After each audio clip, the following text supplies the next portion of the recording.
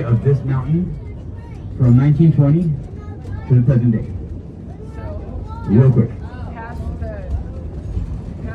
Well, we are going to come to one more stop right up here.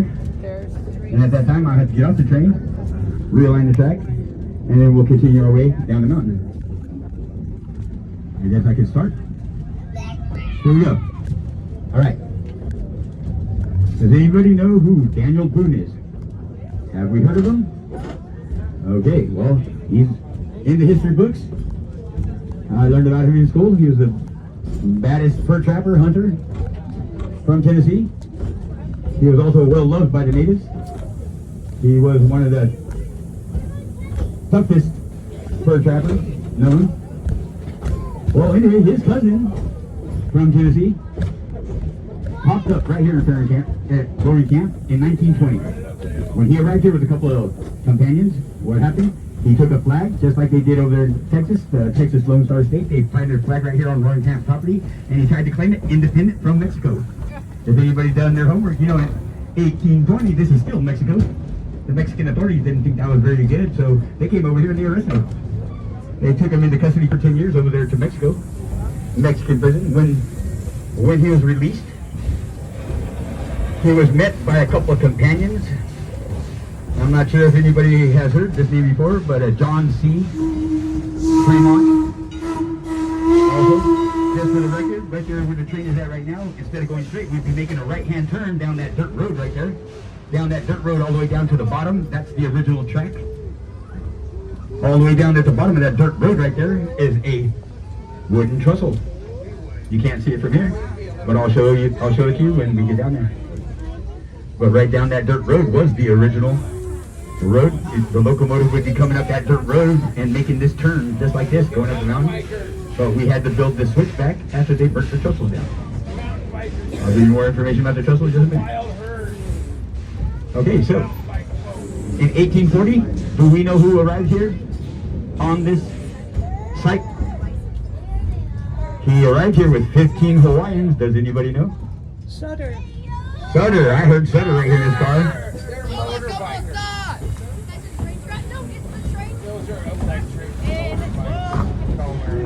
Yeah, those kids are kind of funny.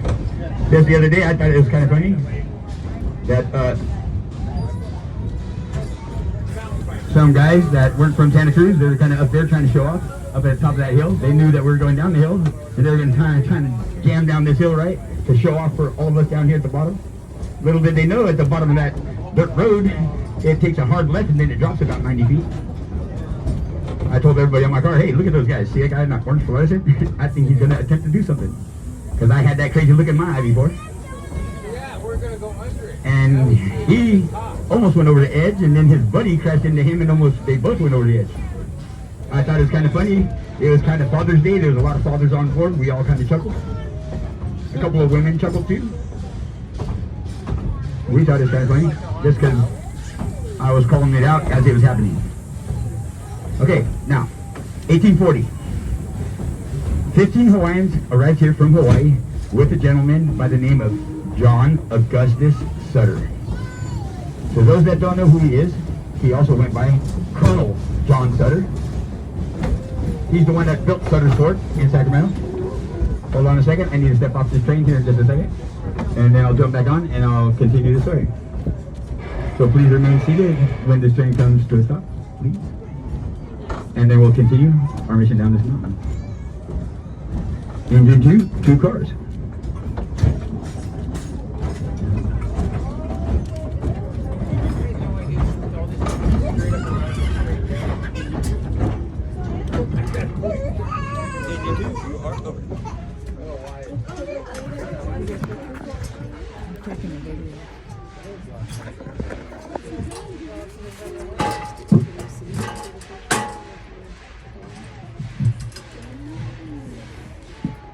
Okay, and away we go. Hold on just a second.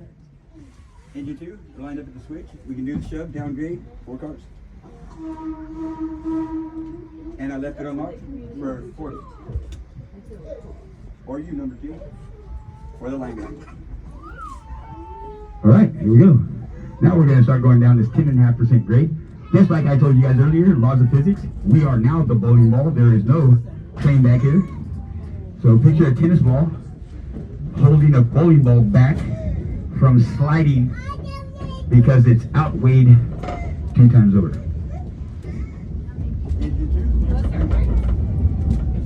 Personally, if you take a bowling ball and a tennis ball tied to each other within a foot, if I were to throw them up on that hill right there, you know what's going to happen, right? Now, bowling ball is going to take off down that hill, and that tennis ball has nothing to do but follow that bowling ball. And that's laws of physics. That's where it goes. On paper, this cannot even be happening. You might know all the formulas. Please try. It will not happen. On paper. But it's happening right here where we can. Yes, sir. It's really happening. Oh, here we go. Just kidding. Don't get nervous. This is the only part of my job that ever made me nervous because of the laws of physics. And we're going downhill with that bowling ball and tennis ball theory. Engine 2, we're lined up at the switch. Continue to shove down grade 5 cars. Okay. I just told him we're lined up right here at the switch. Continue to shove down this grade 5 cars because that's all I can see. So right now I see 3 cars and I say engine. I just let him know, hey, we're clear for 3 more. And 1.5 cars, I need to let him know again. Okay, I should get a whistle. Or not, it's all good. Okay, now this looks like a dirt mountain right there, and that looks like the end of the track. And that's exactly what that is. Yep, hopefully we stop before we bump those little beehives right there. Just kidding. No boss. Okay, I'm gonna get off the train just here in a second. I'm gonna let you guys know something real quick.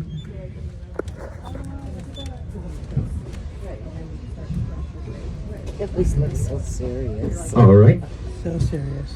Okay, when we come to a complete stop here, I'll let you guys know how this all worked. We all remember that dirt road, right? Okay. Now, that lower part of that trestle goes underneath that trestle, up over this hill right here, comes right across here, up over the top of this car, onto that side right there, and then onto that trestle. And then there's a part of that trestle right there in the center that got burnt. It's missing, so it continues onto that higher trestle.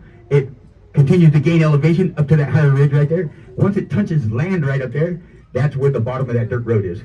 That's where it makes connection with the trestle. So those guys about went off that edge right up there. We saw them skating and dirt flying everywhere. It was kind of intense and funny, sorry. Or not, it's all good. But that's how these corkscrew trestles worked. You come down off that road up there, right? You come around this way, then go down that lower part, and then continue on down the mountain. And that's how the corkscrew worked. Engine 2, you have the high ball. And there we go. Yep, I can keep my balance on this train. I don't have to hold on to nothing. That's right. You might notice these whiskers are kind of white, but I still got superb balance. I got skill. This job keeps me fit. I quit my gym membership. This job keeps me as fit as rails. Like the rails that we ride, right? That's all right. You know, plus I have all the proper training to do this job. Just for the record.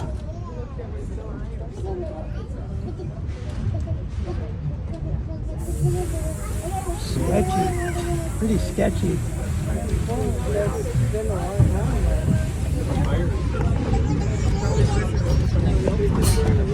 But it's so tall with the support just doesn't run the train across there. I would be like,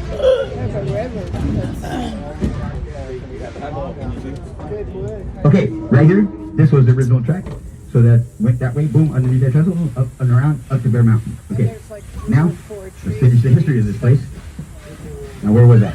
1840. Okay, in 1840, they were just getting their independence over here. And at that time, we had the Mexican officials up there on top of this mountain looking down here at Isaac Graham's camp. Okay? Well, Isaac Graham came from Tennessee, and what he brought from Tennessee was quite a few things. First, it was the first powered sawmill this side west of the Mississippi was right here on this property. And it was built by Sutter, Fremont, and Graham. And 15 Hawaiians that came with Sutter helped build the mill. Now, that mill got built. Sutter went up north, built Sutter's Fort. Sutter's Fort was built by 15 Hawaiians and Sutter himself, just for the record.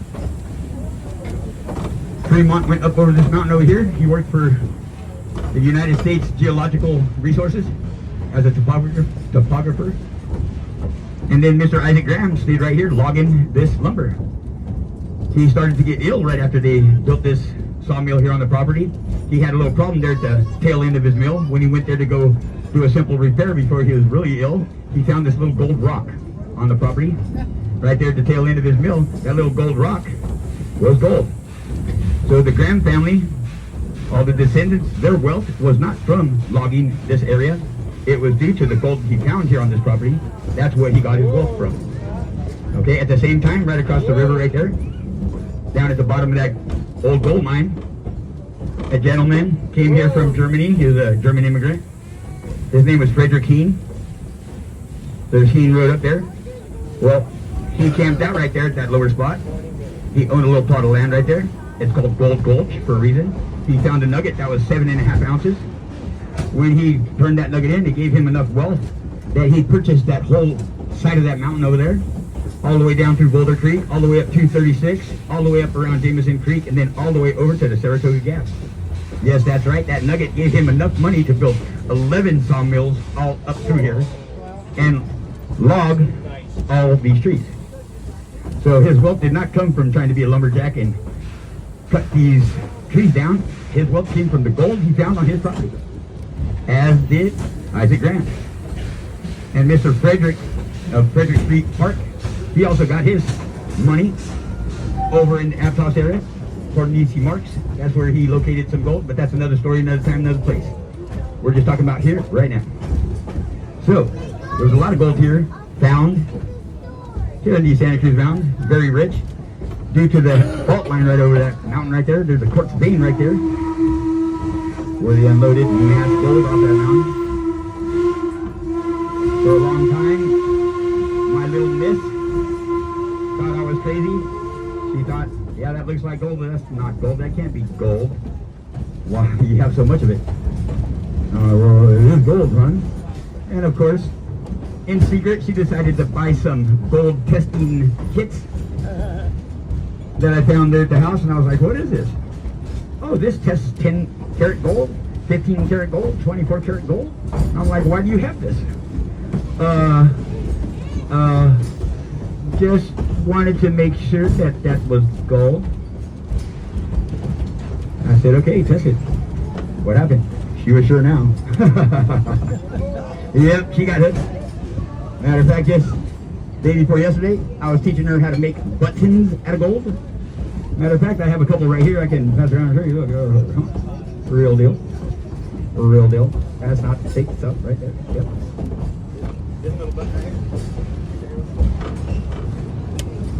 This little button right here is the one that I just read. This one right here came from our little gold panning right here at Boarding Camp. I picked up a bucket worth of garbage. And I failed. I took it home panning and I came up with that gram and a half. Yeah, real deal.